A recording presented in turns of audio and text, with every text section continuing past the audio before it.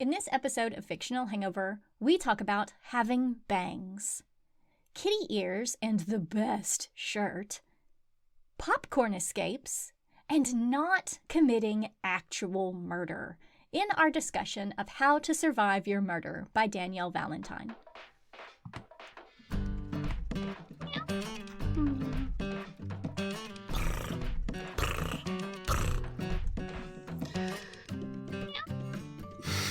Hey everybody, welcome to Stop me now.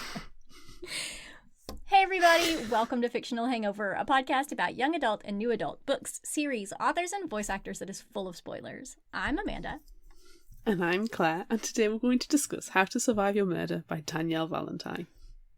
Standard disclaimer. If you haven't read this book, please remember that Fictional Hangover is all about spoilers. If you haven't read or listened and don't want to be spoiled, stop listening to us and go read or listen to the book. Then come back. If you haven't done this but want to pretend that you have, or if you don't care about spoilers, or if you just like the show so much that you don't care about any of that, then listen up.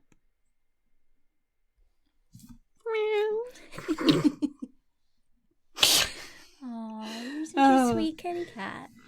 Thank you. Thank you. Yeah. And Show everybody a t-shirt. I love it. T-shirt. Final girls do it in the cornfield. You haven't read the book? Spoiler alert! You're looking very angelic today, Thank Sydney you. Prescott. Thank you. Thank you. I am very angelic. I don't know if I'm sweet, but I am an angel, and you are a sweet and precious kitty cat. You don't realise the main character has to wear contacts all the way through, so she's got her reading glasses on today. But right, you know, she's been through some stuff. Okay, so it's fine that she has to wear her glasses. Contacts dry out. Right. Just do the sensible thing. Yeah. It's fine. It's fine. Digging the red hair, mind. Yeah, it's a good look for you. What do we think about my short hair? My Scream 2 Sydney Prescott hair. Loving it. Loving everything about it. We should just go back to the 90s and just do that all the time now. We should. We really should. Except for not. Because then we wouldn't have, podcasts or good Indoor internet plumbing. connections. What? Indoor plumbing. The wheel. It's fine. Okay. Spoilers, the 90s was very good. Spoilers! Why am I even talking about the 90s?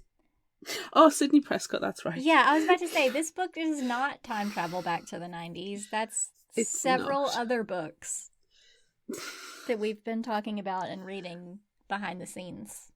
That is very true. That is very true. Okay. Do we have any background information about this one that's not set in the 90s? Not really. But I do have some background info, but it's not necessarily about this book. It's that Danielle Valentine is also like 40 other people. So if you haven't... 100 people in a trench coat. Yes, she is.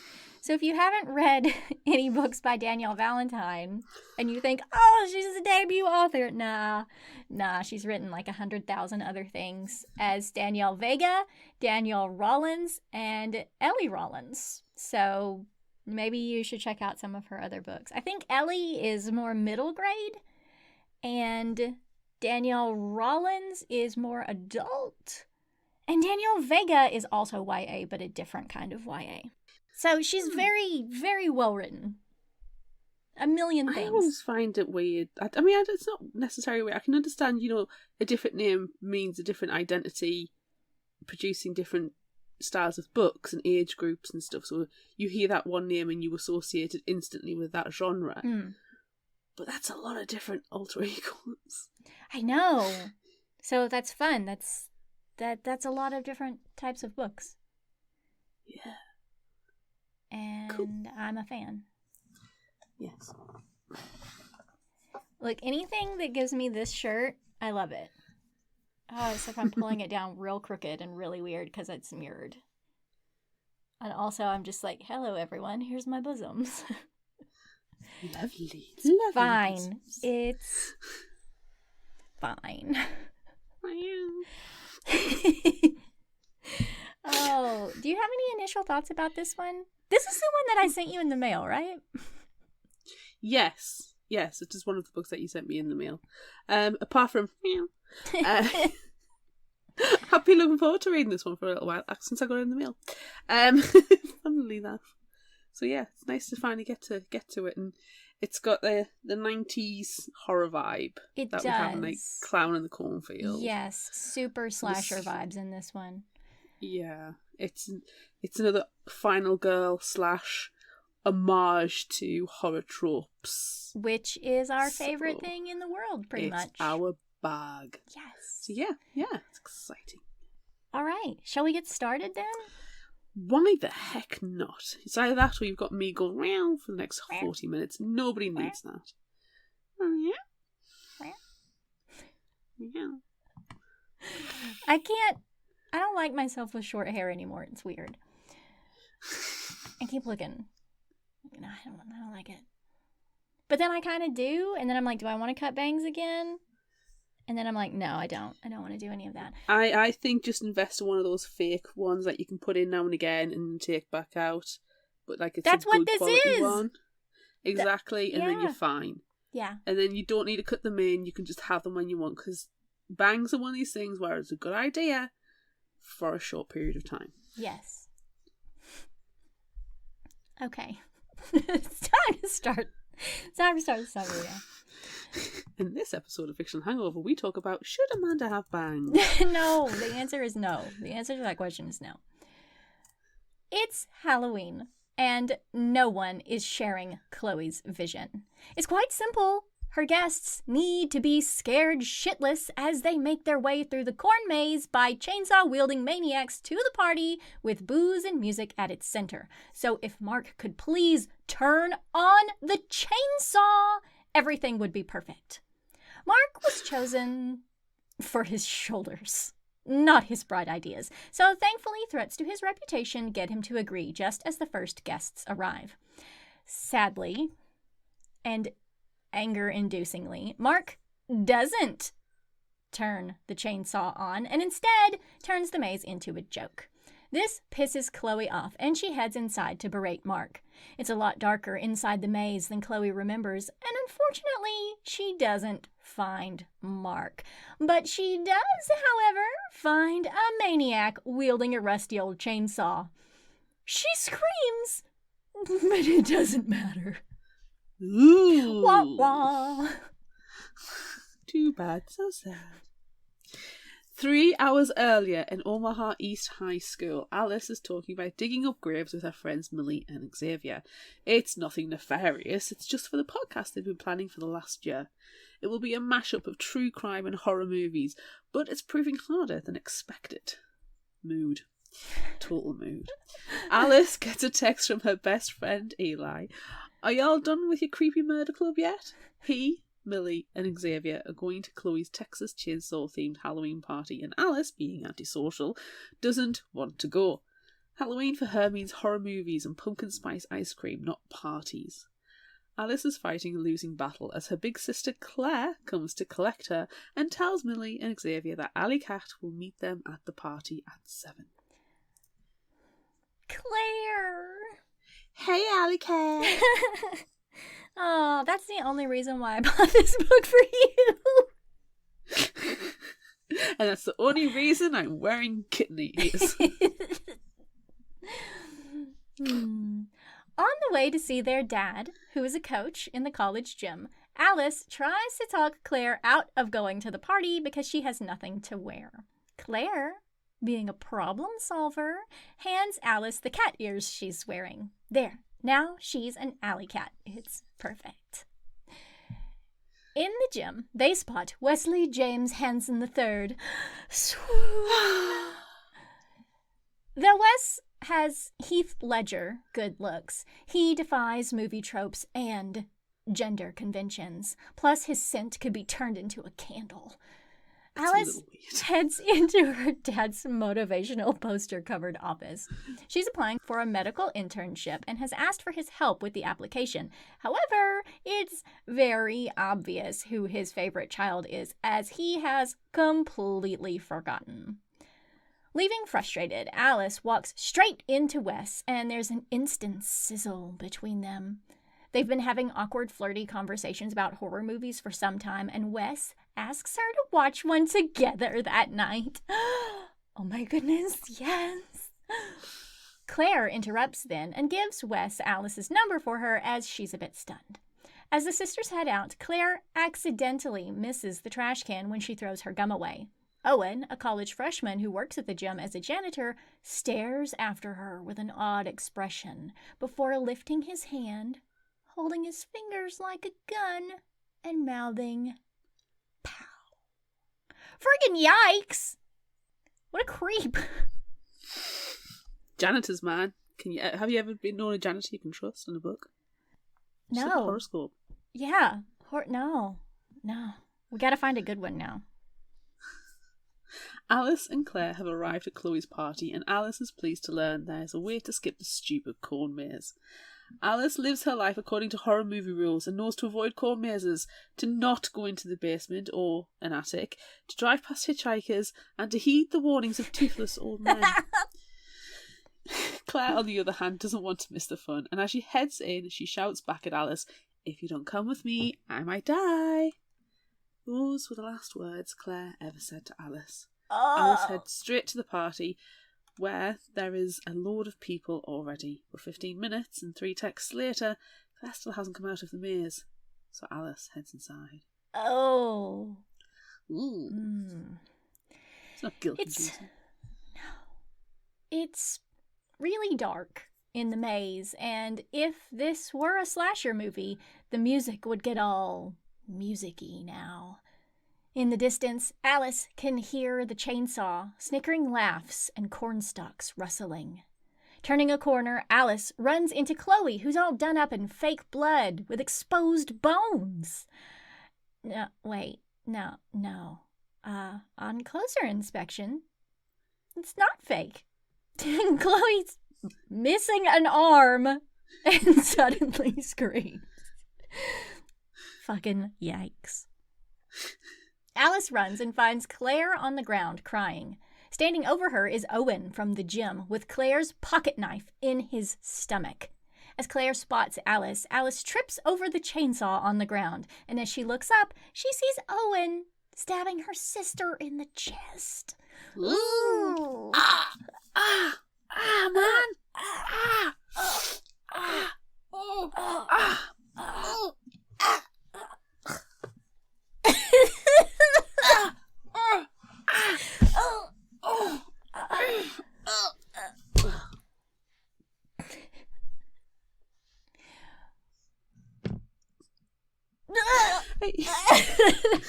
Just keep dying over and over and over again.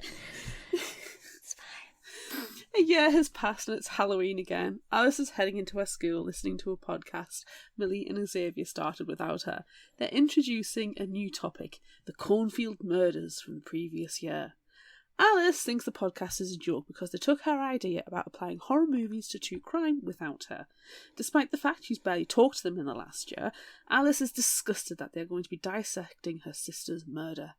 It especially stings as today is the start of Owen's trial, a trial which is based on her eyewitness statement. Opening the door, Alice runs into someone dressed as Sidney Prescott from the Scream movies, before seeing Eli at their lockers. He's shocked that today, of all days, she's in school. Unfortunately, Ms. Perez is making her turn in her homework in person. Eli uses this as an opportunity to spill some tea. Sierra has a secret boyfriend, a college kid who got kicked out. Well, Alice knows it must be Wes. The rumour mill about Wes is always running, but after he got kicked out of school, it went into overdrive. Alice hasn't spoken to Wes since last Halloween, so really she has absolutely no claim on him, but it still hurts. Yeah.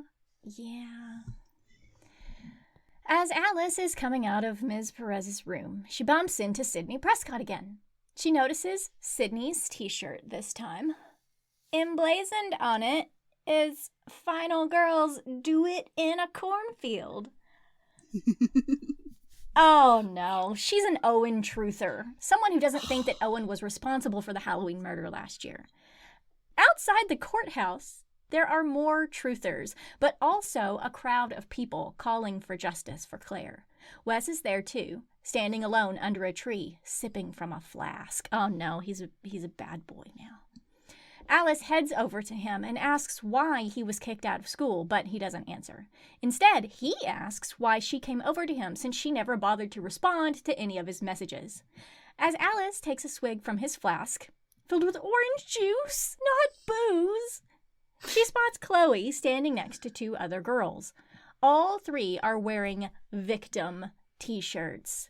A few days after the murder, Owen's badly written misogynistic manifesto was found on a public library computer, and in it he detailed his intended victims: Chloe, Aaron, and Sierra.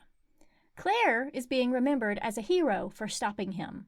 Suddenly, a journalist appears, so to help Alice get away, Wes punches the snarky reporter in the face. Yes! Face punch! Inside the courthouse, the swarm of journalists makes Alice's head spin, but then she spots Owen and feels sick, so she heads to the bathroom. Sydney Prescott follows Alice in and asks if she's okay sending an innocent man to jail. Alice knows better than to engage, but does so anyway, and Sydney argues her point. Alice tells her she would do anything to have Claire back, and as she opens the door to leave, Sydney tells her to remember you asked for this, and the bathroom door smashes into her head. Damn. Okay, you asked for concussion. You asked for me to bash you in the head with the door, okay? Those exact words came out of your mouth. Did. Please, Sydney Prescott, bash me in the head with the door. Alice can hear someone calling her Alley Cat. Nobody does that anymore. It's not okay. It's not cool. When she opens her eyes, Alice sees Claire alive. In a fun twist, Alice isn't on the bathroom floor of the courthouse either. She's outside.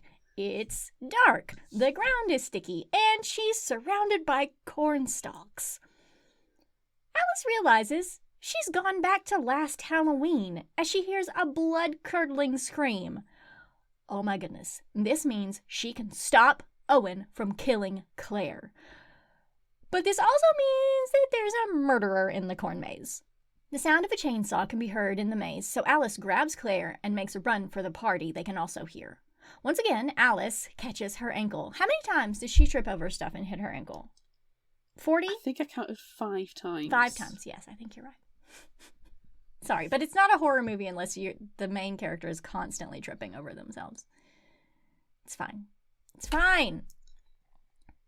Okay, so Alice has tripped.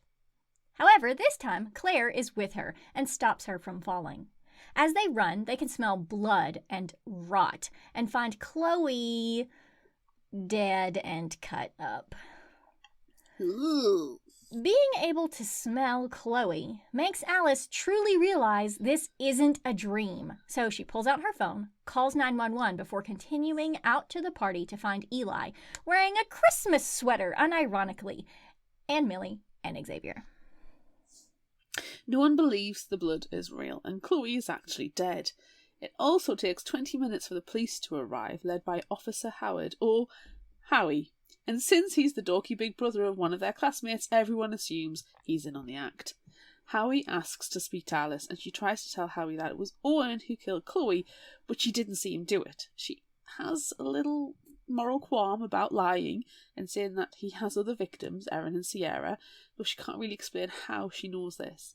As Alice is talking to Howie, Wes texts to check they're still on for their date. It hurts when she has to reply that she can't make it anymore. Howie is obviously super suspicious of Alice, so he asks her to come to the station for further questions. Yeah, that's not good. But luckily Claire saves the day by letting out a scream queen cry, which distracts Howie long enough for Alice to make a run for it to Claire's car.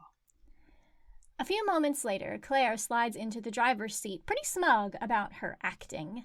She saw Alice tug her ear, giving her the signal that she was stuck in a creepy guy conversation, so she gave her little sister the distraction she needed to escape. Alice had forgotten about their signal from years ago.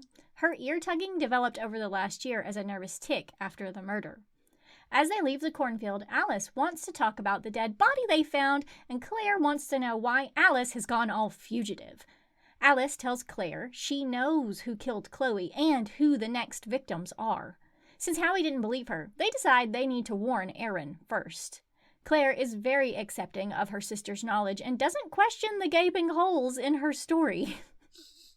Alice is convinced Erin will be at home, but Claire isn't so sure and says that Erin seems to hang out at the gym a lot, so she suggests they split up. As they argue over doing literally the worst thing possible in a horror movie and wait for Eli to text back with Erin's address, their dad calls. Claire has left her cell phone at the gym again, so he says he will take it home for her. Blasting Taylor Swift to boost morale, as one does, Claire drives toward Erin's house, which is inside a gated community. When Alice gets out of the car to look around, Claire scrambles over the console and locks the door. She's going to the gym to warn Erin and says she'll try extra hard not to get killed and promises to be back in 20 minutes. Damn it, this sucks. We never split the party. No, bad idea. The only way inside the neighbourhood is over the fence, and Alice, well, she is a nerd and certainly no athlete. That's Claire. Standing looking at the obstacle, Alice hears a shuffle from behind. Something catches her eye, but there is nothing there. She needs to be smarter, so she weaves her keys between her fingers, as it definitely sounds like someone is behind her. She quickens her pace and starts to run, spying a car at the end of the block. It speeds off before she can get closer look, though, and as Alice is scanning for any sign of help, a hand drops on her shoulder. Dum, dum, dum. It's Sydney Prescott! Ah! Sydney asks Alice to step into her office, which just so happens to be a creepy, unmarked white van. Not the office of a murderer at all. Are there puppies? Are puppies or candy inside the van? Both. And kittens. Both and kittens. I'm getting in the van, man. There's also a big bookshelf full of pre-releases. Yes. Inside, Sydney tells Alice to call her Final Girl and says that she is an angel who appeared to Alice as Sydney to make Alice feel comfortable, and so she would be more accepting. Reasonable. So, this means everything is real? Traveling back in time and, solving murders and stuff? Alice struggles to believe that, even though it's obvious she actually has been transported back in time a year. But she decides there is definitely something other about Final Girl. I prefer to call her Sydney. Can we just continue to call her Sydney? Final Girl tells Alice she has been flashed sideways to the night her sister was killed, so she can see what really happened. There are Cinderella rules, and she needs to figure out the truth while she's here. Otherwise, everything will go back to how it was. Oh, and, she can die in this reality. That's super important to know. Alice must be the final girl and change history. As Final Girl has been talking, she's been driving to errands and drops Alice off outside a massive house. There are no lights on and the house seems still and no one answers the door. Alice gets Eli to message Erin to come open the door, and while she waits, where's messages? He has heard about the cornfield incident and wants to make sure she's okay. Oh, you sweetie.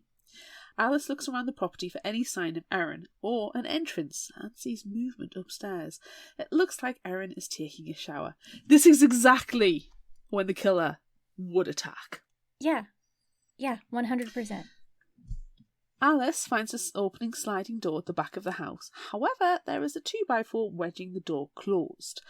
Meanwhile, Erin has finished her shower, turned the music up loud, creating the perfect murder conditions. When Erin comes downstairs to the kitchen, Alice can't get her attention from the sliding door. Erin can't see or hear Alice or the killer as they rear up behind Erin in a werewolf mask. The same one Xavier was wearing at the party. She sure does feel the golf club hit the back of her skull, though. Damn it! After the killer has felled Erin, they look up and see Alice. Alice turns and runs. God, she trips again. Alice turns and runs, catching her ankle and falling in her haste. The 2x4 wedge has delayed the killer, so Alice has a head start running into the woods and eventually reaches the road. It's unclear whether she's fallen 2 or 3 more times during this run. It's not mentioned in the text, but it probably happened. Yeah. As Alice tries to scale the fence, someone grabs her ankle and pulls her down. She only has time to think, this is it. This is how I die. It's Wes, not the masked killer. Wes explains he lives a few houses away as they head to his Jeep. On the way, Alice calls 911 and anonymously reports Erin's murder. Inside the Jeep, Alice texts Claire to see where she is, and in the meantime, Eli has messaged saying he couldn't get in touch with Erin. Yeah, 'cause she did. She got golf clubbed. She's dead. Oh. She's now the hole-in-one. Thinking Claire must still be at the gym, my brain's gone now. Thinking Claire must be still at the gym, she asks Wes to take her there. As they drive, he suggests using the Find My Phone app to locate Claire. And thankfully, Alice knows her sister's logins and sees that Claire's phone is actually on its way back to Erin's. So they need to head back. On the way back to Erin's, Alice keeps trying to call Claire, but the signal is terrible. Suddenly, her phone lights up with an unknown number. Claire had to borrow a phone to call her. Alice tells her to head home and she'll meet her there. Wes turns around again and takes Alice home. Wes waits in the car as Alice sneaks into her house. She can hear glass shattering and her parents fighting, and it sounds like her dad is cheating on her mom. Claire isn't home, and Alice doesn't want to deal with her parents, so she leaves. Deciding a well-lit public space would be just great about now, Wes takes Alice to O Town Door. While Wes is getting coffee and donuts, Claire texts that she made it home, so Alice tells her to come to the donut shop. When Wes returns to their table, he explains that his parents are rich, entitled and neglectful, and he moved in with his grandpa, the only adult who seems to care about him, but who now has Alzheimer's, so Wes wants to take care of him. Alice confesses that she heard her parents fighting, and her dad is cheating. Wes's dad cheated too when he was little, but his parents stayed together. They are sitting in companionable silence when Wes seems to lean forward as if to kiss Alice. Yeah, but he's actually just plucking a donut sprinkle off her cheek, so that's awkward. Instead, Alice grabs him and presses her lips to his. Ooh. He reciprocates. Yeah. Ooh.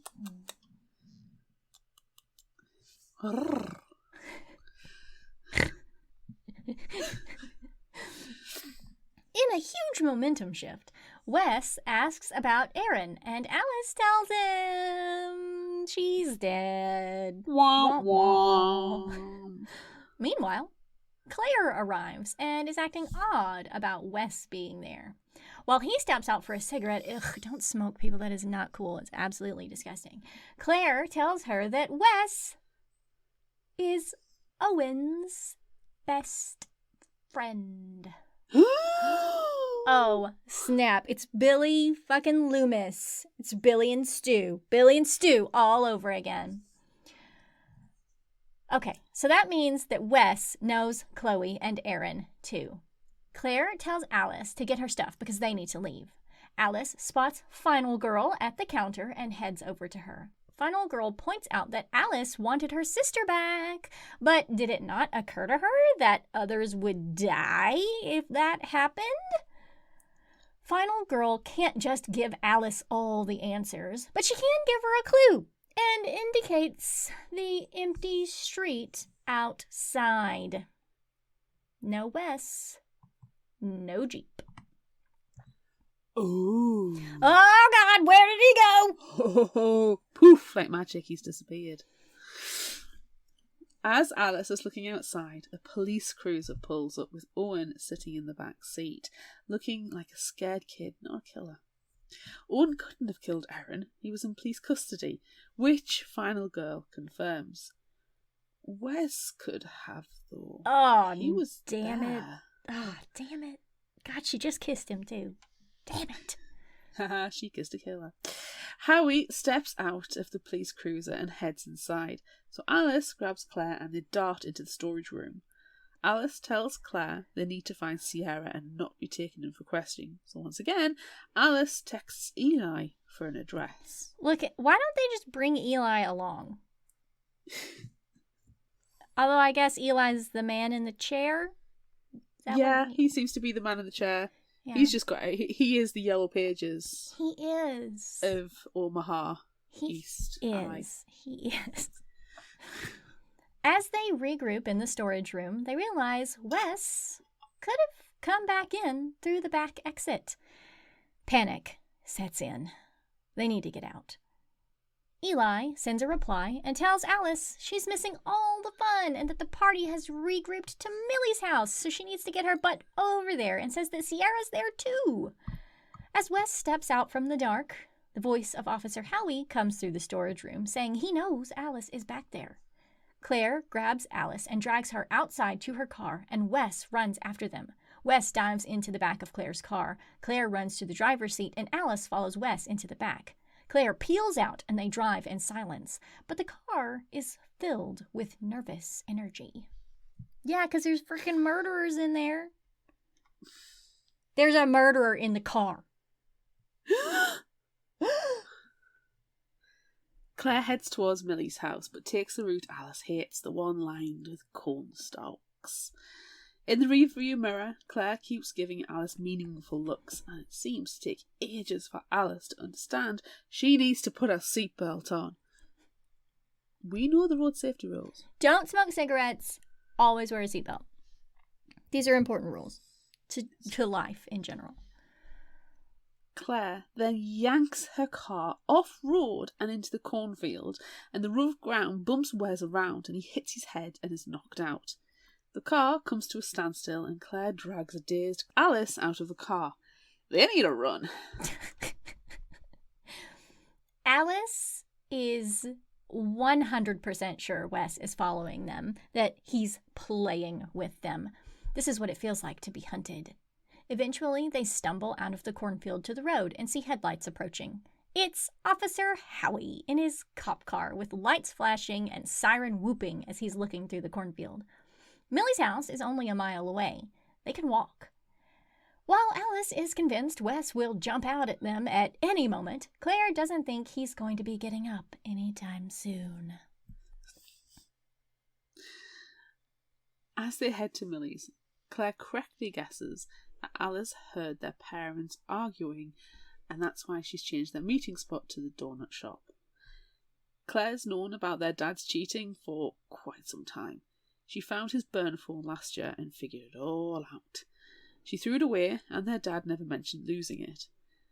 Claire never told their mom she had hoped their father would change his ways. Obviously, he didn't. He did not. A car comes along, not Howie this time, but Xavier in his werewolf mask. So the sisters, quite nervously, climb inside just as Wes comes crashing out of the cornfield. Alice locks the door and Claire tells Xavier to drive. On the way to Millie's, they fill Xavier in on the actual murders. Xavier shouts at Alice for how dumb it is running from the police, putting her friends in danger. Damn it. It seems like everyone is at Millie's house, and it's difficult to find Sierra since everyone is wearing masks. There are a few people wearing the same werewolf mask as the killer, too. Alice and Claire grab a mask each and head into the party. Eli comes up to Alice, and she tries to tell him about the murders, but for some reason, he still believes it's all a well-executed drama and not actual murder.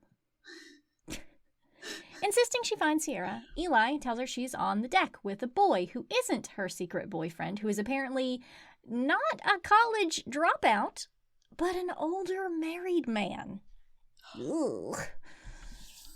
Alice's phone beeps. It's Wes.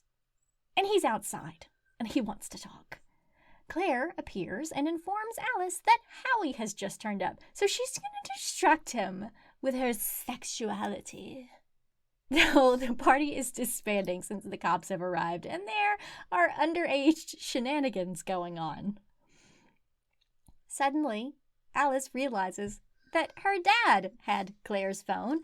It was him she saw on Find My Phone in Erin's neighborhood. Seeing Final Girl, Alice asks if her dad is sleeping with Sierra. But Final Girl can't tell her that and only reminds her that she has a lesson to learn and that she should answer that text. The text is Wes saying please, so Alice replies that she'll meet him out back. Wes confronts Alice about leaving him in the cornfield. Is she scared of him?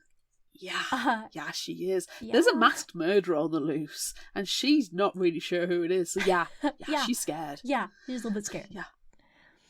Alice asks if he knows Sierra. He struggles to remember her. They've never really talked, but she can tell by his expression he knows something, and he implies that the prettier high schoolers hang around the coaches.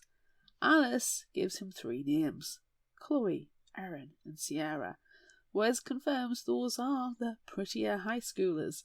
Alice heads back inside to find the last of her dad's girlfriends before she is murdered. Ooh, that's not all good. This is not a fun quest to be going on. No. In the laundry room, Alice notices something sticky on the floor. Looking around, she decides something feels off about the room and realizes the light bulb is moving. Using her phone light, she sees a dark liquid on the floor and, moving the light up, illuminates Millie's dead body. But why Millie? Alice finds her way through the house that feels super creepy now that it's empty, except for the discards from the party and, the dead body in the laundry room. In the kitchen, Alice notices the knife block is empty. In the den, Eli's dead body is posed in a chair, a butcher knife in his chest. Wah, wah. Alice stumbles outside where there are people milling about. So there's so much murder in that paragraph. But at least outside there are real life people, like not actual murders. The real life people outside. Xavier finds Alice and tells her he can't find Millie. Alice doesn't tell him she's actually murdered in the laundry room because she needs to find Claire. Xavier saw her go into Millie's brother's room with Howie. Alice tells him to leave, but he refuses and offers to stay in his car with the engine running and wait for her. Going back inside, Alice grabs a knife from the kitchen before heading upstairs. Inside Millie's little brother's room, Alice stumbles again. This time, twisting her ankle. Because of course she does. It's long overdue.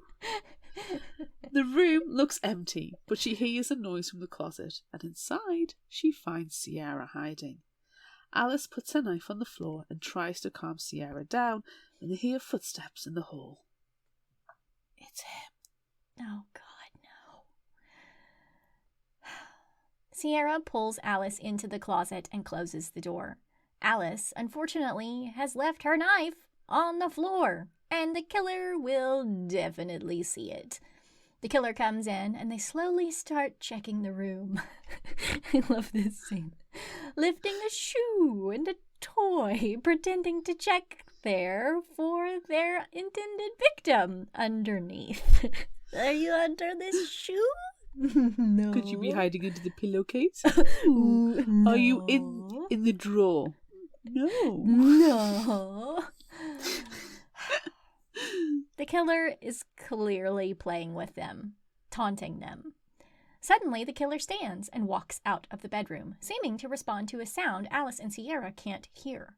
Sierra pulls out her cell phone and starts to dial 911, but a call comes through, and Alice's dad's number flashes on the screen. Any doubt or guilt for thinking her father is the murderer is now gone. Oh. Rapid footsteps come through the room and the closet door is yanked open. The killer pauses and Alice uses the opportunity to lunge and keep going down the stairs, and Sierra follows. Unfortunately, there is no escape through the front door. The killer has effectively corralled them into the basement. Alice is able to lock the basement door, but the lock won't hold. As they use their cell phones to light up the surroundings, they spot a door on the other side of the basement that can't be pulled closed, but it does lead outside. Behind them, the basement door crashes open and footsteps can be heard coming down the stairs. Alice and Sierra manage to get outside into the backyard. They need to get Xavier in his lovely working car and call the police, but that means scaling the fence. In the dark, Alice bumps into Wes. All these bloody fences. I would be dead a long time ago. Now, what you do is you just crash into them like a Hot Fuzz style? Yes. Yes. Wes admits he went home after they talked, but decided he couldn't leave Alice, so he came back. As Wes is making this confession, Sierra's eyes go wide as the killer is standing behind Wes, who has started groping his stomach before crashing to the ground. The werewolf-masked killer is standing behind him. Wah, wah. With a raspy voice that doesn't sound like her dad, they say, "It's more fun if you're running." Alice and Sierra run toward the fence and start climbing. Once over, they see Wes's Jeep and dash toward it, locking the doors once inside. It's 11:56, nearly midnight, and Alice needs to figure out what's going on. The killer isn't Owen, Wes, or her dad. Alice whispers that she's learned her lesson, that no one's life is worth all this death, and Final Girl pops up from the back seat. Sierra is rightly confused. Final Girl tells Alice she has a quarter to fill and that this isn't a fairy tale, and if she checks under her seat she'll find a fun little twist. Alice finds something white sticking out. It's Owen's library card with his username and password noted on the back. The locks of the car pop open and the killer lunges in and pulls Sierra out, slashing her throat. Alice pulls the werewolf mask from their face. And Claire looks back. Ah. Hey! Shock. Alice asks Claire, why? And Claire wonders how she can ask that. She explains that she has always cleaned up their dad's messes, so, like always, she needs to take care of the girlfriend problem too. Claire then says they're going to be real-life final girls and tells Alice what their cover story is. Something occurs to Alice when she sees the knife on the ground. Maybe Final Girl lied about more than one thing. So she plunges the knife into her own chest. Everything goes dark. Alice wakes up on Halloween in the courtroom bathroom with Xavier's voice buzzing in her earphones. He's talking to someone that isn't Millie and signs off telling his listeners to stay out of the cornfield. Alice checks for a wound or scar where the knife went in, but there's nothing. Looking around, she realises where and when she is and sees no sign of Final Girl. Getting up and heading inside the courtroom, Alice notices that her mom is wearing lipstick and her hair has had a blowout. She wasn't this put together this morning. As the jury files in, Alice spots Sidney Prescott in the front row. The judge asks how Owen pleads against the first-degree murders of Millie Cador, Sierra Clayton, Erin Cleary, Chloe Bree, and Eli Cummings, just as Claire slides into the bench next to her and says, "Sorry I'm late, Alley Cat. Did I miss anything good?" Oh, it's such a good ending. Yes. Claire, you're a murderer. Hey! At this time, Fictional Hangover would like to legally disclose that Claire is not actually a murderer. Claire is not committing actual murders. I am not committing actual murders.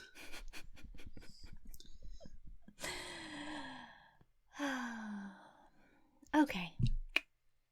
Let's pause for a minute. You go. Commit an actual murder? No.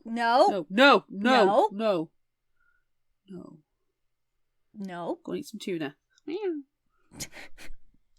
You go listen to this promo for another show, and then we'll come back, and we may or may not have committed actual murders.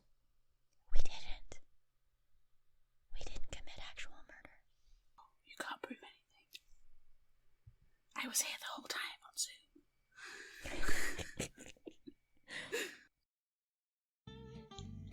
This is the Novel Universe with your hostesses, Dawn and Ashley. We rate and review the newest and most buzzworthy books. We are true book club ladies that don't always agree, but we do enjoy a good book discussion. You can find the Novel Universe on Apple, Spotify, and Google, where we post new episodes twice a month. I'm Dawn, the criticizer of books. And I'm Ashley, the fantasy architect. So grab your favorite beverage and join our universe.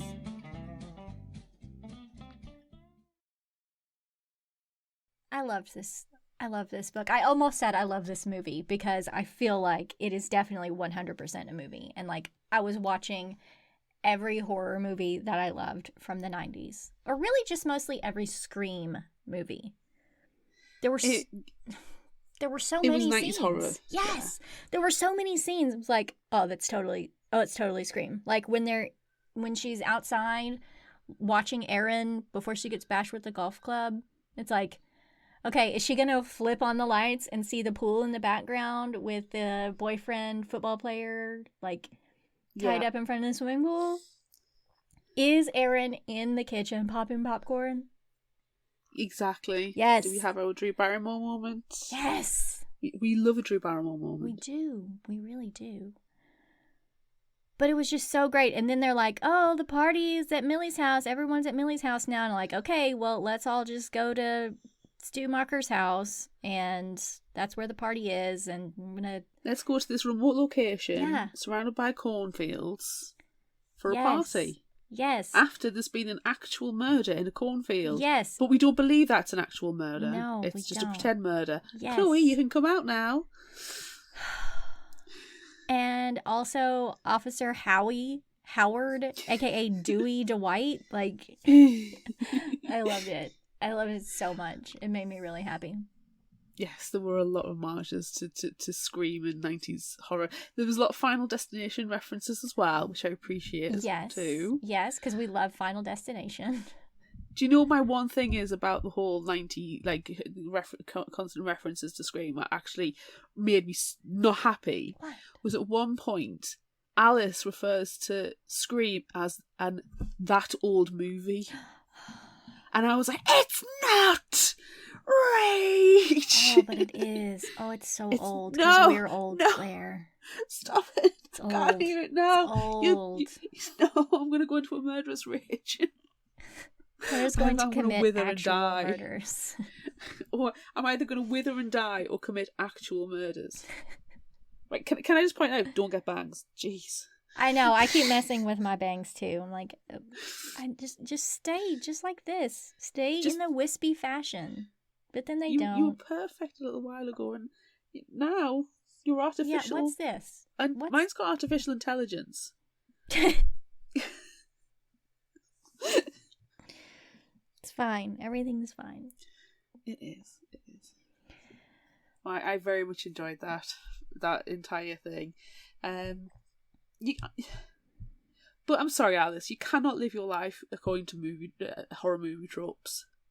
Well, because you're not guaranteed to be living in a horror movie all the time. That's right, but some of the tips are good. Well, yes, the hitchhikers, toothless old men. Don't smoke cigarettes. Always wear a seatbelt. I mean, don't pick up hitchhikers. Those are good life ones. I wouldn't necessarily they're horror movies. Always listen to the toothless old man at the gas station.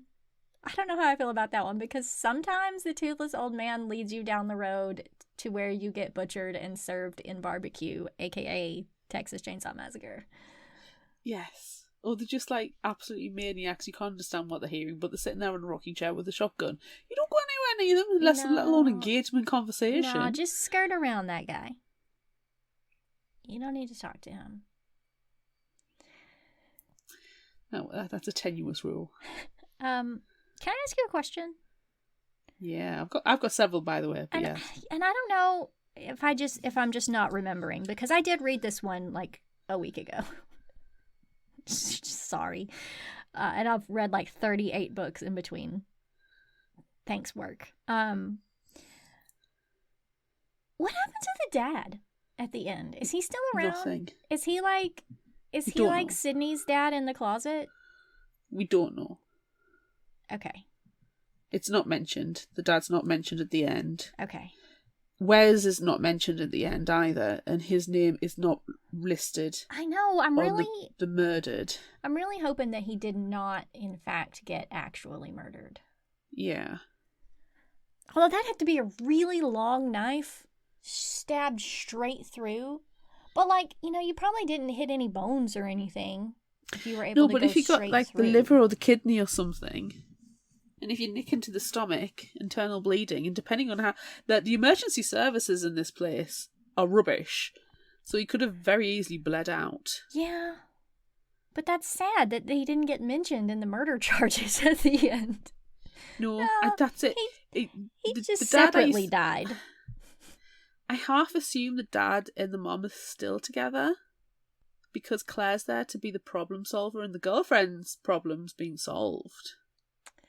So I kind of assume that the mum and dad are still together.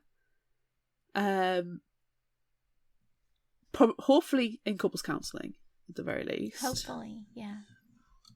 Though I will say the mom deserves better than a cheater. Yeah. And Wes? No idea. Absolutely no idea. There's some holes that have got me, like, which don't make this like a 5 out of 5 book, despite the fact that Claire is the murderer. See, and it's not knowing what happened to Wes, that he wasn't listed in the murder charge list, or like even like a manslaughter or aggravated assault or something. But also, like, there was just those few little holes. Like, to be fair, it even mentions in the story, Alice thinks, I've got a lot of plot holes in my story, but people are believing me. And I'm like... See, okay. I believe in my soul, in the soul of an angel, because let's not forget that I am an angel. I think it was done on purpose, leaving all of these loose ends, because it just seems more like a horror movie setup. So I'm going to truly believe in my heart of hearts that we didn't mention these things on purpose. Even though this is a standalone book, maybe we'll come back to it in a couple of years with a sequel. Yeah. So I believe in my heart of hearts that it was done on purpose.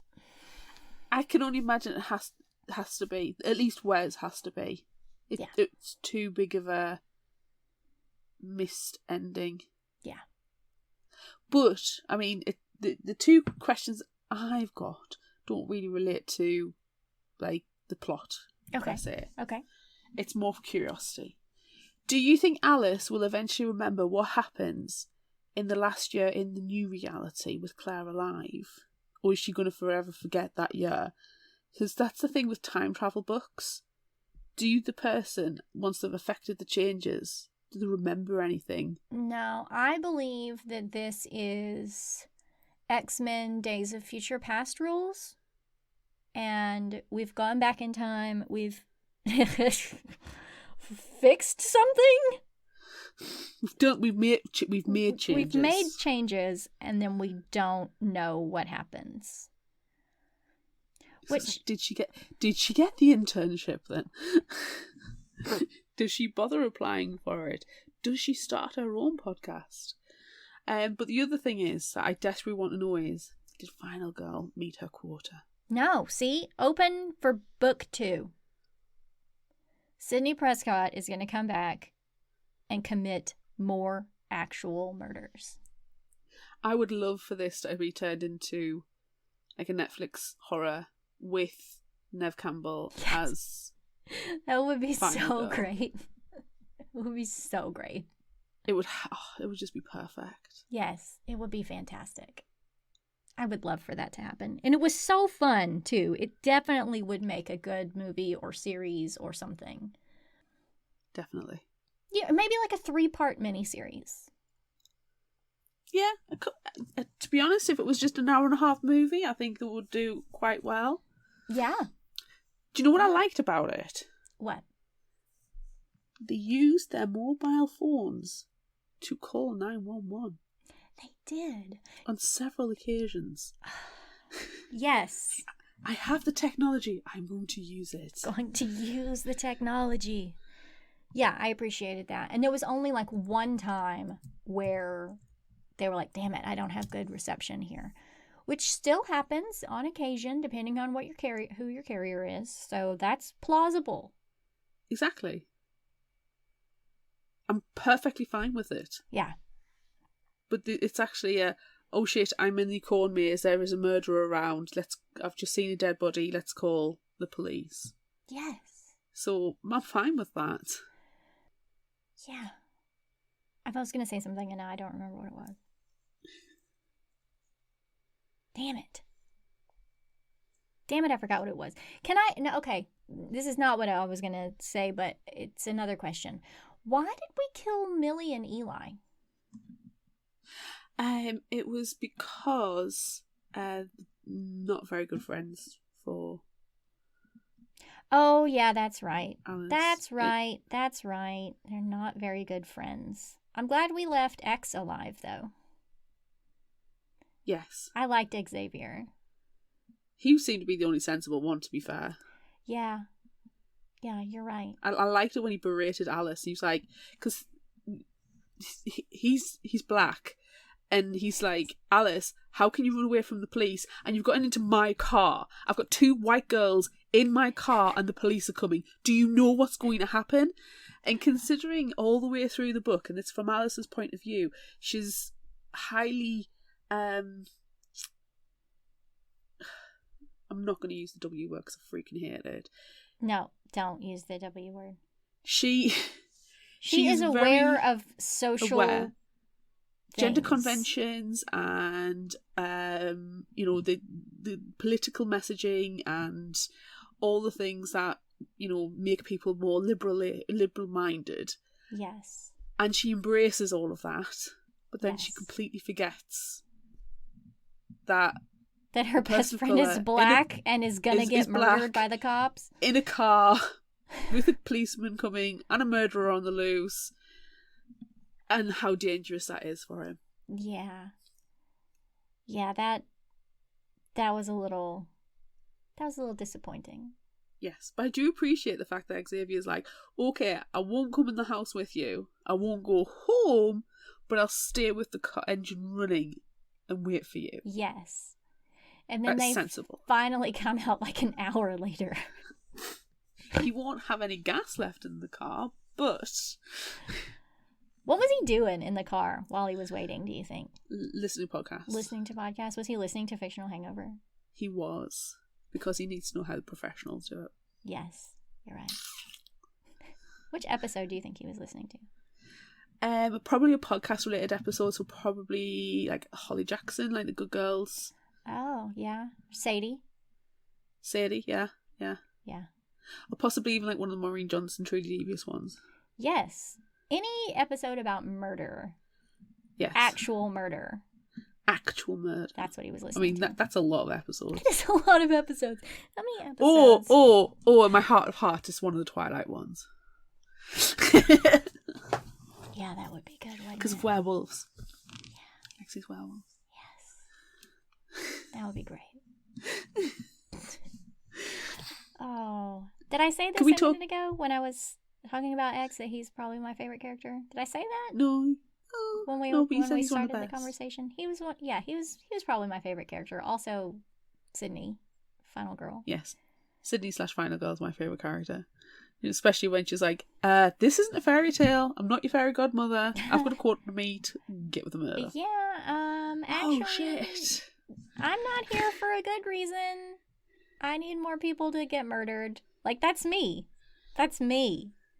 This isn't a good thing. We're here for the murder. It is, that's why you've got a halo and the Final Girl t-shirt on. And the Sidney Prescott hair. Yes, the Sidney Prescott hair. This is getting itchy tucked into my shirt. Yes, my head is very hot. Can we talk about how dense Alice is for a moment? Like, yeah, so there's the blatant conversation with her dad where he's saying, Claire, I've got your mobile phone again, and she's always going, oh, Claire's always forgetting her phone. So she knows that Claire is unreliable when it comes to her phone. Yeah. And then she's like, oh, I'll use to find my phone, and look, her phone is going to Erin's house. Really? Which is actually probably a surprise as well, is because it took so freaking long for Alice to realise that her sister didn't have her phone. And then she's busy trying to call her sister. Yes, all of the calling and through. texting, like, you literally were just, like, talking to your dad, oh, Claire, your phone's here at the gym with me. And she's like, oh, why won't she answer her phone? Oh my god. Like, it was like 2 pages ago. 2 minutes ago you got told she doesn't have a phone. 3 minutes later, you're trying to call her on the mobile phone that you know she doesn't have. And in 4 minutes, you get a phone call from Claire from an unknown number because she's had to borrow a mobile phone. Think about it. Think it through. Just think about it for one moment. But then I really actually appreciated the fact that it was Claire who was the murderer. It was a girl who was the murderer. It wasn't a boyfriend or the janitor, or it wasn't a boy in the end. It was a girl just being like, oh, right, okay, let's get this sorted. Yeah, she's a problem solver, that Claire.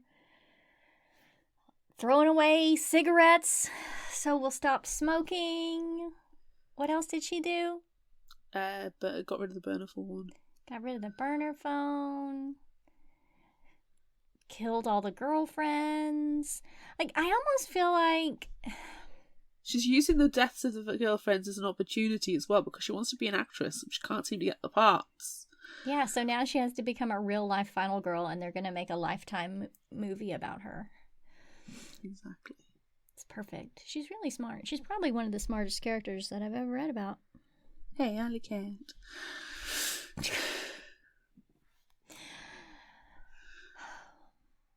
So yes, I appreciated it. I did. I mean, I'm hesitant to say that Claire was my favourite character because it feels like nepotism, but I did like her.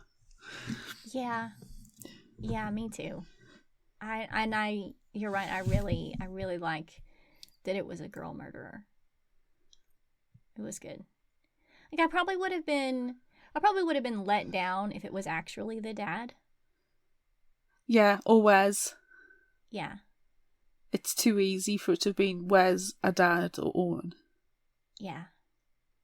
It couldn't have been Owen, because the whole point of her being transported back was because she that's the other frustrating thing about Alice. She's been transported back a year in time to find out the truth. She's been told from the very second she needs to find out the truth, which is that Owen isn't the murderer. Yeah.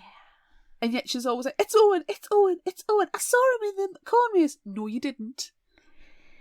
So she's willing to lie to put him in jail. But she knows, she's been told he's not the murderer. Yeah. Very frustrating. I don't dislike Alice, but I found her very frustrating. Yeah. But, sometimes in horror movies, it's good to have a kind of ditzy main character. Oh, yeah. Who constantly trips and falls on herself. I did like the fact that she kept tripping over, but each time she wasn't twisting her ankle until the very, very end. It was like, of course you have to do it this time. There it is. There it is. Is it time? Is it time for Would You Rather? It's time. Pew, pew, pew, pew. I was about to say, I'm surprised you weren't going meow, meow, meow, meow, meow. Pew, pew, pew, pew, pew. But you finished with a meow. Pew, pew, pew. What? We asked on social media the age-old philosophical question of the runaway trolley. Would you rather do nothing and the trolley will kill 5 people, or pull a lever and the trolley will kill only 1 person? On Facebook, 64% are just killing 1 person. On Instagram, 67% are pulling the lever to kill only 1 person. On Twitter, 100% of people are pulling the lever to just kill 1 person. And on TikTok, once again, the lever's being pulled and by 62%. I'm guessing Bree's thinking it's possibly the lesser of 2 evils. Now, we didn't get as many comments on this one as we usually do. Well, this one is an actual difficult question. Yes, It's and I think it's because people don't want to murder. Yes, I think people don't want to admit to actual murder. So that's fair. But Vincent on Facebook said, I'll go with do nothing and 5 die. Every single day we do nothing and people die, whereas I haven't actively been responsible for someone's death. 100% correct, Vincent. That is the only correct answer. Well, don't you read any others then, do we? No, we don't. Except for this one, because obviously we have to. Colin on Facebook says, Crunk, pull the lever! In the end, as the great sage taught us, the needs of the many outweigh the needs of the few, but also with great power there must also come great responsibility. So as soon as the lever is thrown, I do everything in my power to save that 1 person. That's very nice of you, Colin. Also for quoting the Emperor's New Groove. Yes. We also had Annie on Facebook say, I have to pull the lever and save 1. Doing nothing isn't in my nature. Oh, look, here's another good one. Constance on Facebook. I'd pull the lever for 1 reason. And it's a reason Colin beat me to. Pull the lever, Crunk. Wrong lever! Oh, Yzma. I want to be Yzma one day. Yzma is a life goal. God, I know. And Emperor's New Groove, as we said when we talked to Condara Blake, is an underrated It's so good. Disney movie. It's so good. It is. Superfan Coral on Facebook did a comment as well on the Facebook page, which now accepts polls. Yay! Yay! Oh, I'm so glad. Either it's back or I was stupid and figured out how to make it work. It's hard to say. It's hard to say. I blame Facebook. I also blame Facebook because, as we know, Facebook is a testicle in an ugly hat. Yes. Well, Coral said 1 is better than 5 if they're going to die, but then I guess it all depends on who the 5 are, which is a very good question. It is a good question. The Rookie Mythology on TikTok says 1 person, obviously. And Lucas Riviera 139 on TikTok said, me personally, stay out of it when I die. I need a good KD ratio. All jokes, don't want to get cancelled. Yeah, no one's committing actual murders here. No, if you're committing actual murders, you're doing it wrong. Yeah. Don't go out and find 6 people and tie them to trolley tracks and then go and steal a trolley. Don't do that. No. But if you Fictional Hangover do not endorse the No. theft of trolleys and stealing of people. No. But if you do that, please make sure you're wearing a comically large mustache that you can twist on the ends. And a really tall top hat as well. Yes. Please do that. Yes. Wait, don't do that. Don't. No actual murders. If you're going to recreate some kind of black and white style train track thing where it's just recreating but not actually committing actual murder, then you must be dressed like that. Right, yes, because don't with the commit pinky punky actual music in the murder. background. Yes. Don't commit Stop actual committing murder. actual murder. Stop committing actual murder. What are you doing? On it You know, I'd say what Coral says, it depends on who the 5 are and who the 1 are. Because there's quite a few people, like, if they were on the 5, I would just let them try go. Well, Oh, screw it, I'm going to kill the 5. Why the heck not? Do nothing, kill 5. I didn't put them there. Did I? Why am I on the trolley in the first place? Yeah. What's going on? I need context. I Let the 5 go. I agree. Do nothing. You're not a participant in this. Because if you pull the lever, then you are a murderer. You are committing actual murder. Yes. But I suppose the counter-argument is when you do nothing, then you still... That's manslaughter, arguably. But it is also a rule that is... Unintentional manslaughter. It is, but it is also a rule that is kind of starting to be applied to a lot of things. Like, you know, the whole... You know, the arguments at the moment in the paper and politics is like, you know, the misogyny and racism that's in the police. One person commits the crime. Like, in the UK, there's been quite a few police officers who are being charged with rape and they're abusing their power. And other people are in the police force standing by and do nothing. And if you stand by and do nothing, you're just as guilty as the person committing the crime when you're fully aware of what's going on, which is the whole point of this being a philosophical question. Yeah. And I don't think there is a right or wrong answer with this, because there are a lot of factors involved. Like, who were the 5? Who were the 1? Why are you there? Who has done this? Yeah. You can't say, you know, this isn't like Marty McFly going back in time and, you know, if he kills his mum by accident, he's not going to be born. Yeah. It's not like that kind of time travel paradox. So there's no right or wrong answer. And I think by, you know, taking Vincent's answer of I'll do nothing and 5 die, because it happens all the time, it makes me a little sad, actually. But then I want to be Yzma and shout, "Kronk, pull the lever." I know. Screw it. Actually, no. I'm going to change my answer. I'm going to kill 1. I'm going to kill 1. I'm commit actual murder, just so I can live my Yzma best life and scream, "Kronk, pull the lever." Okay, that's fine. And that's it. That's fine. That's fine.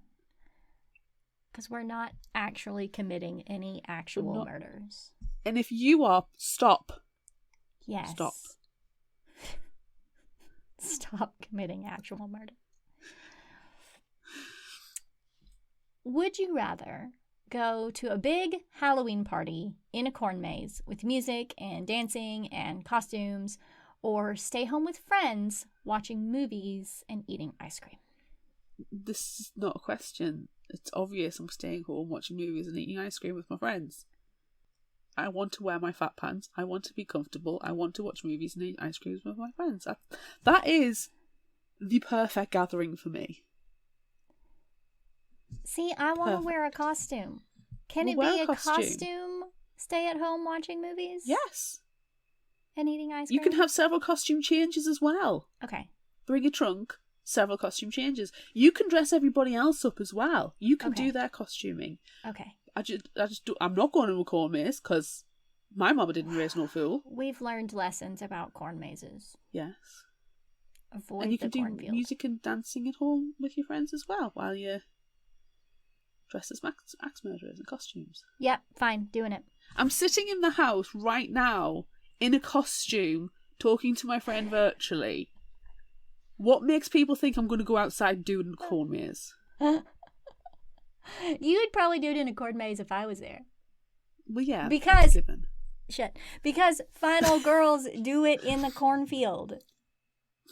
Oh, yeah. I love that shirt so much. I'm so jealous.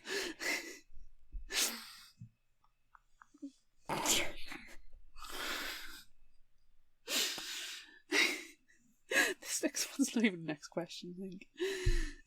I don't know what this is like saying vampires or something else. Would you rather make a podcast about horror movies or true crime? No, see, I feel like this is a difficult question for us. No, kind of. it's no, easy it's not. for It's me. horror movies. It's horror movies 100%. Exactly, it's horror movies. Do you know how much time and effort and research have to go into making a true crime podcast? A lot. I haven't got the time for that. No, you're right. Horror movies, I can watch the movie and then I'm done. Yep. Why are we doing horror movie podcasts? That would be so much easier. Because an hour and a half, we've done the research. Because we've been doing a podcast about books for 5 years. I can't let it go. I feel like I've had this sudden realisation. Oh. We just have to do another one. No! 2 podcasts. Haven't got time for that. As it stands, there's no podcast for next week. There's no summary. Barely have time to do one anymore. Please sponsor us. Yes, someone please give us enough money that we can stop working. Or at least reduce hours. Yeah, at least stop working full time. And buy more kitty cat wigs. Make more t-shirts. Yes. Oh. Okay. Next question. Would you rather hide in a cornfield, a closet, or a basement?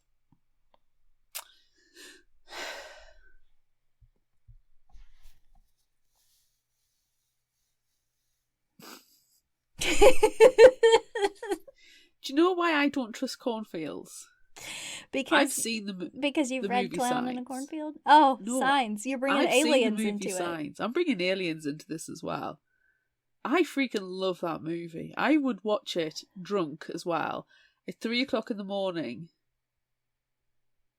with my orangutan Owen tucked in, sit there and watching it. I love that movie. I'd also watch it sober too. Just always watch it. Just always watch and it. then have a podcast about it. Yeah. I really want to scratch my nose, but I can't. Don't do it. It will be a mistake. It's so difficult. Oh, sorry. I'm not hiding in a basement because basements. Fuck, I'm going to vote a cornfield, aren't I? If you're in a closet and you're in a basement, you're trapped. It's got to be the cornfield.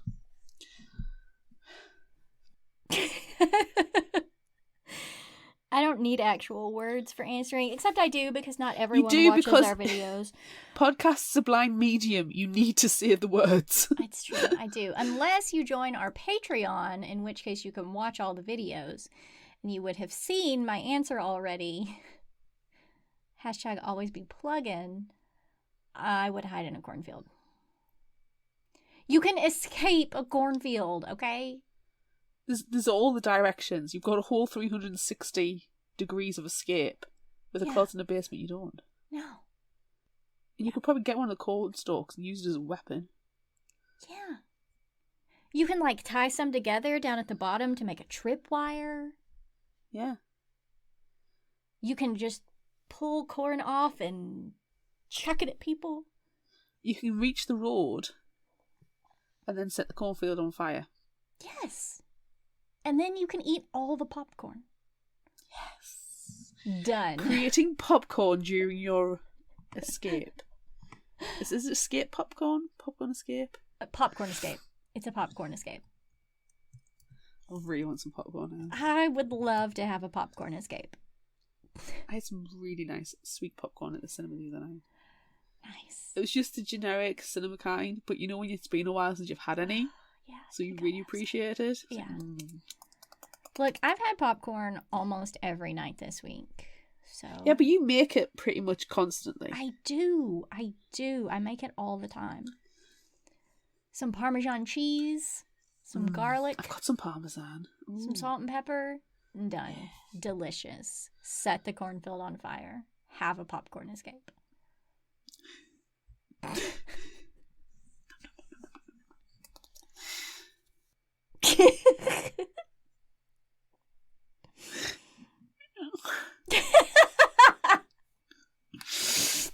Okay, last question. Would you rather confront a murderer. Don't know who the murderer is, but you're confronting them.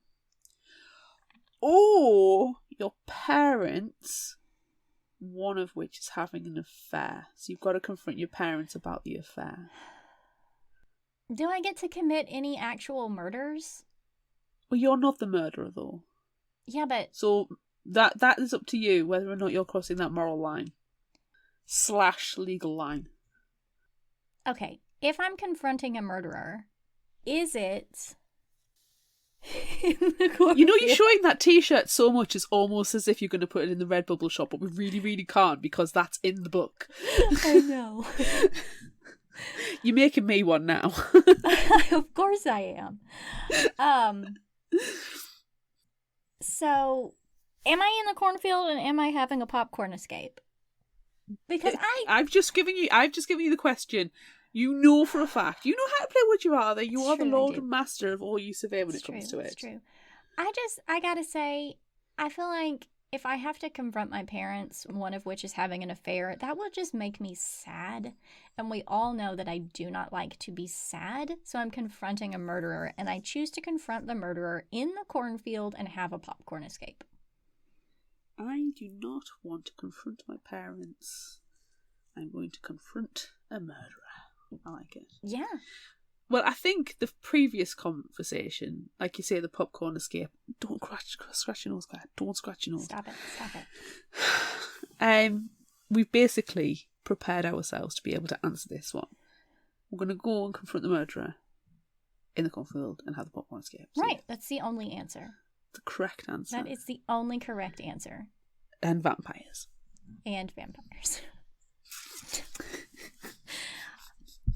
Favorite final thought quote.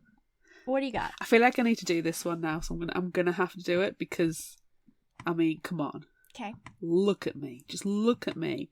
Well, you can if you're watching the video on right, Patreon. yes, and you need to. If you don't come with me, I might die.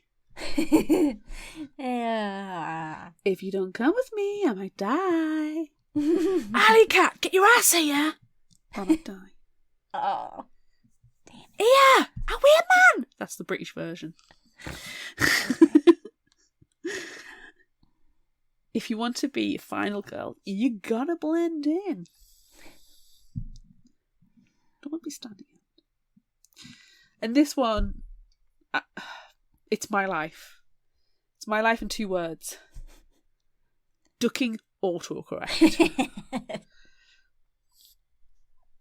You said it earlier today. I did. And my last quote,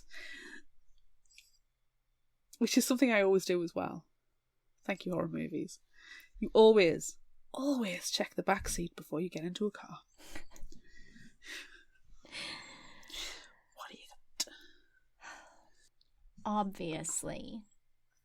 Final Girls Do It in a Cornfield is the best quote from this book because I made it into a t-shirt. No, actually, let's see. I listened to your last episode and it made me want to vomit blood, but the new mics are sounding pretty good. As soon as you read that line, I was like, yes. Yes.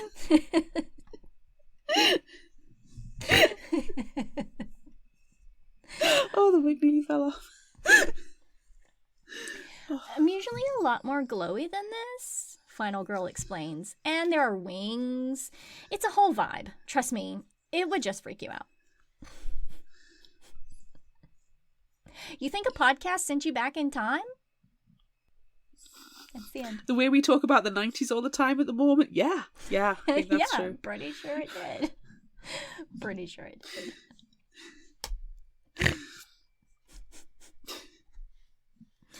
Was that your last one? That was it. Unless you count this one. She's just flashing her boobs again.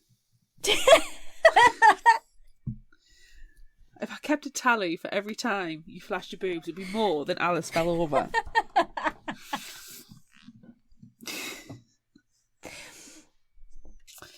If you liked this, try this. Let's just move on. I'm going to recommend Sadie by Courtney Summers. We covered it on the podcast. It's episode 125, if you care to look that one up. God, was it really that long ago? It was. And it's based around a podcast, so... However, there are many trigger warnings for this one, so many. advisor, you reader discretion is advised. The summary from Goodreads. Sadie hasn't had an easy life. Growing up on her own, she's been raising her sister Mattie in an isolated small town, trying her best to provide a normal life and keep her heads above water. But when Mattie is found dead, Sadie's entire world crumbles. After a somewhat botched police investigation, Sadie is determined to bring her sister's killer to justice and hits the road following a few meagre clues to find him. When Wes McCrae, a radio personality working a segment about small forgotten towns in America, overhears Sadie's story at a local gas station, he becomes obsessed with finding the missing girl. He starts his own podcast as he tracks Sadie's journey, trying to figure out what happened, hoping to find her before it's too late. So it's podcasts, it's true crime, it's got some horrific scenes in it. So yeah, Actual murder? Actual murder, but yeah, please see the trigger warnings for this one because it's not an easy read. It's not fun and happy or joyous. No, it's quite a harrowing read. Or go and check out the fictionalhangover.com website and have a look at the summary. Yeah. We do have trigger warnings on there as well, and that might give you a taste of it before you actually try the book itself, because like I say, I'm not saying it lightly, but it is a difficult read. it is. Or you can listen to our episode about it, in which, as is what we do, we try to lighten things up. Yeah.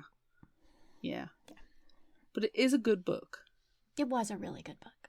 But I never have to read it again. It's one of those where I've read it once, I'm glad I've read it, but I don't need to read it again. Yeah. It is worthwhile. Yeah. It is worth your time. Yeah.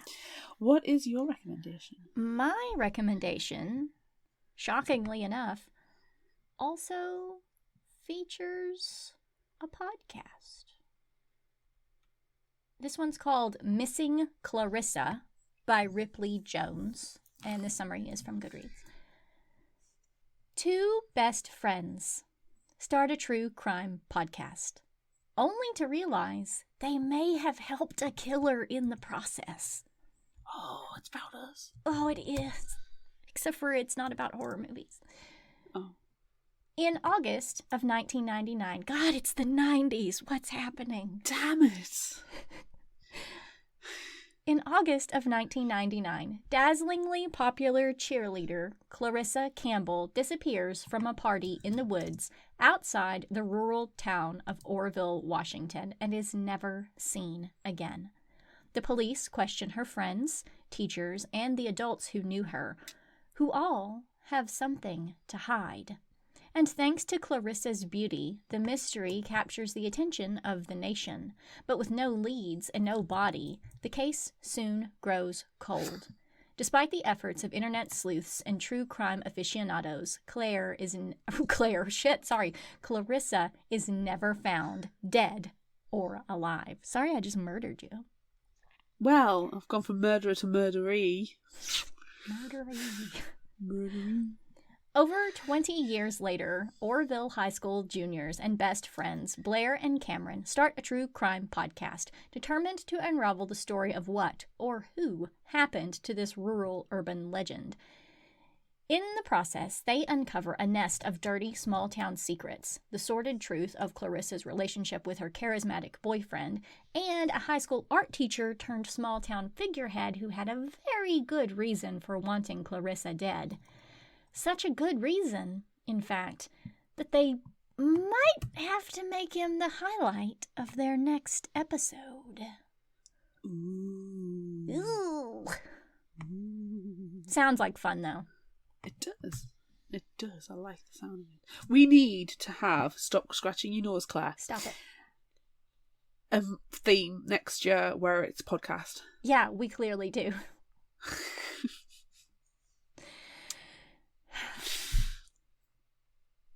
Add it to the list. How many months do we have next year already? Like 13? No, 15? actually, I think we're doing pretty good on them. For next year, I think we've managed to not come up with them quite so often. It's still only May. It's still only May. Yeah. Do you have any spotlight recommendation this week, though? Yes. Which may or may not increase our potential 2024 book themes. Yes, I do. Well, except for we've already discussed this one being a thing. Oh. So, however, it could still inspire a theme. It could. So this one, we actually just got this one a couple of days ago, so it was perfect timing. It's called The Wicked Unseen by Gigi Griffin, and it doesn't come out until June. It comes out June 20th, so we've got a little while before this one comes out, so you can go ahead and pre-order it now. Audrey can't help but feel like an outsider in her new town. After all, her nose ring, her horror movie obsession, and her family's Ouija board collection aren't likely to endear her neighbors. Convinced that Pokemon and Dungeons and Dragons are demonic. Oh my god, I need to read this. The town is also convinced that there's a secret satanic cult conducting rituals in the nearby woods. And when Audrey's crush, Elle, goes missing, they're quick to point fingers at Audrey and her family. As Audrey investigates what happened to Elle, she discovers her new town's obsession with the occult covers up something even more sinister. A cult. I believe this one is also set in the 90s. Oh my god, right, so we're going to have, we've already discussed having a book cult, a book club. A book cult. Theme on cults. A book cult. But I think we're going to have another one that's just 90s. Yeah. It's happening too often. It is. It's also making me feel mega old. I'm just going to go into a corner and wither I away. know. Just going to shrivel dust. up. You shrivel up in the corner. Oh.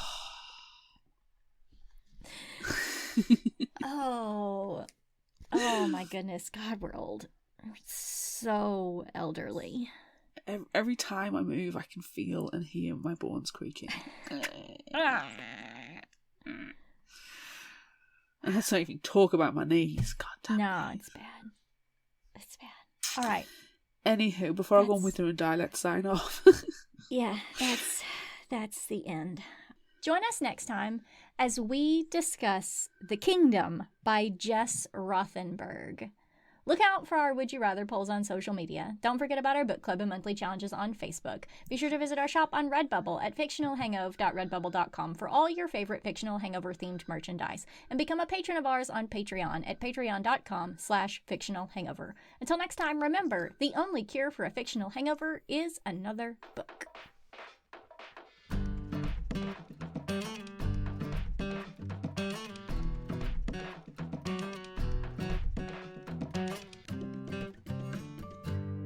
You can find us at fictionalhangover.com, follow us on Instagram at fictionalhangover, find us on Facebook at facebook.com/fictionalhangover, and on Twitter at fictionalhangover, no ER. If you like this episode, check out our others, and be sure to rate, review, and subscribe so you don't miss out. And finally, special thanks to Liz Emerson for her music. You can find her on Facebook and Patreon. Thanks for listening.